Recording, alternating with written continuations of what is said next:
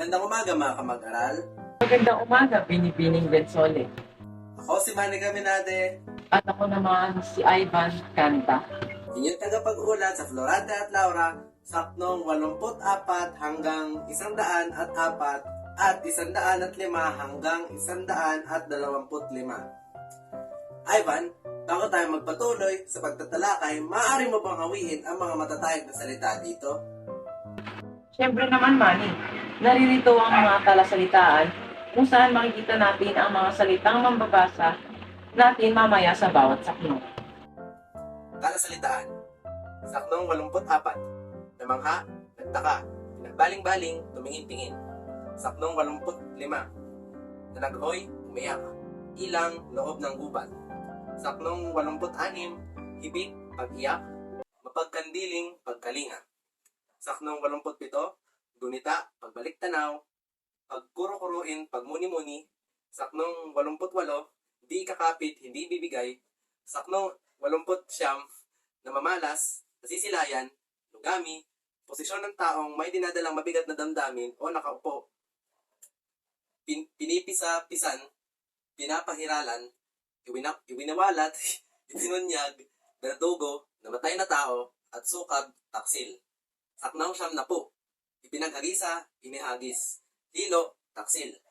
Saknong 91, bangkay, katawan ng taong patay. Saknong 92, pupong, kamay. Saknong 93, ninanasa, gugustuhin. Saknong 94, tabak, itak. Nasnaw, nakalabas. Saknong 95, magunam-gunam, pag-iisip, madla, sambayanan, pag-irog, pagmamahal, pagpapalayaw, pagsunod sa kagustuhan, ipinapalaso, isinasara, nunukal, nalulungkot o umiiyak, kapighatian, nasasaktan. At 96, pag-aaruga, pag-aalaga, hapis, masakit na karanasan ng tao, at habag, pakiramdam. Saknong 97, hilahil, pagdurusa, malaong, mahabang oras, hihintin, dahan-dahang paglalakad. Saknong 98, nananagis, umiiyak, tamatagis, dumaloy. Saknong 99, tinutok, tinakpan, bubukal, tubig sa ilalim ng lupa, panghihinayang, pagsisisi, at panaghoy, pamimighati. Saknong 100, itinatangis, iniiyakan, nagbabatis, tumutulo, mapagtangkilik, mapagkalinga, at saknong 101, patid, kapatid, at ibinabata, pagtitiis. Saknong 103, pagliluhin, kalungkutan, panasa, nasaing, nananais, makitil, patayin. 104, napanganyaya, napasaya, layaw, sobrang pag-aalaga, nakalasap, nakatikim, pagdakay, pamamalasakit. Sa mga sakno, ika-105 hanggang sa sakno, ika-125 ito mga sumusunod.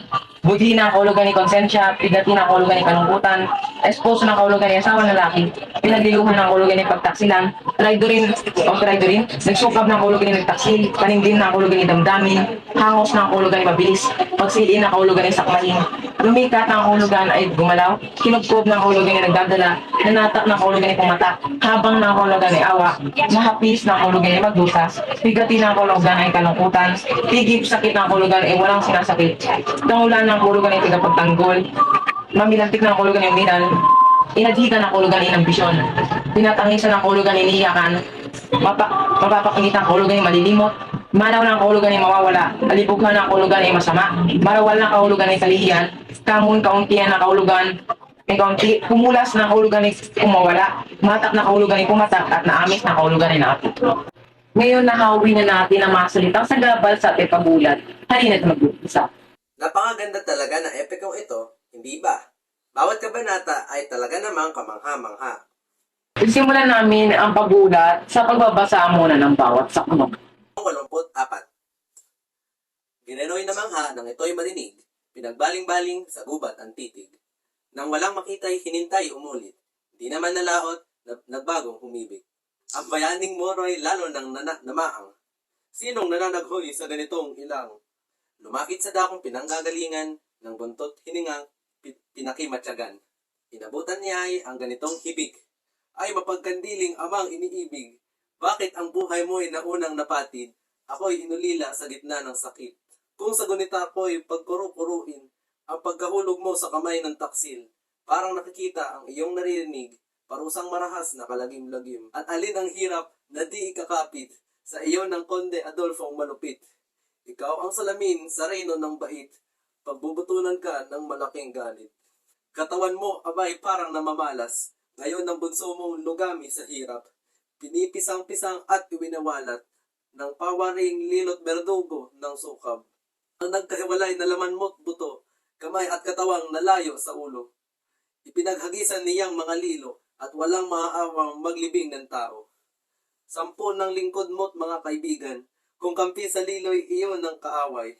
Ang di nagsiayoy natatakot namang bangkay mo't ibaot mapaparusahan. Hanggang dito, amay aking naririnig, nang ang iyong ulo'y itapat sa kalis.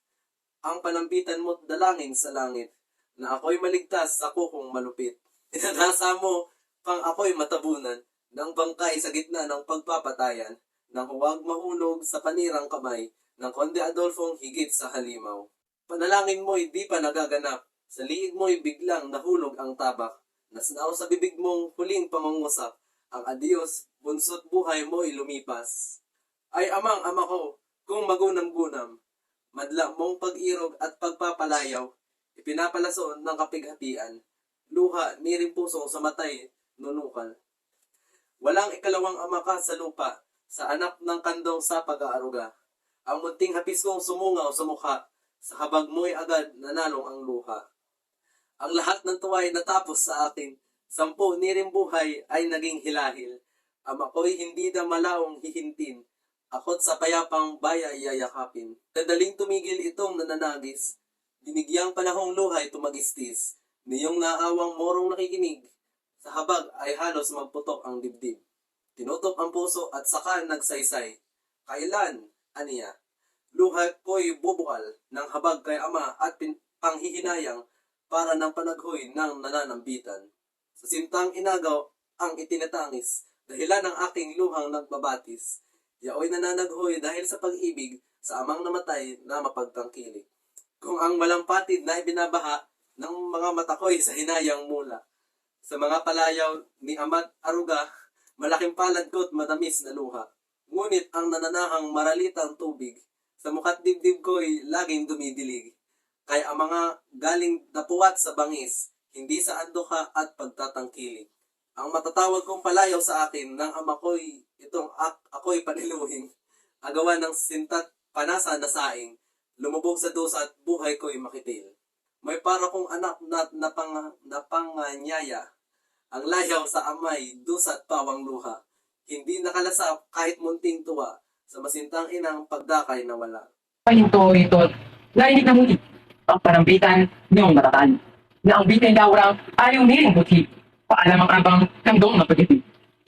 Lumagi ka nawa sa kaligayahan, sa harap ng di mong espusong tatipan. At huwag mong danin, yaring kinaratanan, ng kasing limot at pinanlilukan. Kung nagpangis ka mat, nagsupag sa akin, mahal ka rin lupa, dinit sa panibin. At kung mangyayari, hanggang sa panibin, ang mga buto ko kita'y sasintan. Di pa natatapos itong pangungusap, may 2 liyong hamos ng pagdakad. Siya'y tinutungot, pagsiliin ang hangad, ngunit nangatigil pagdating sa harap.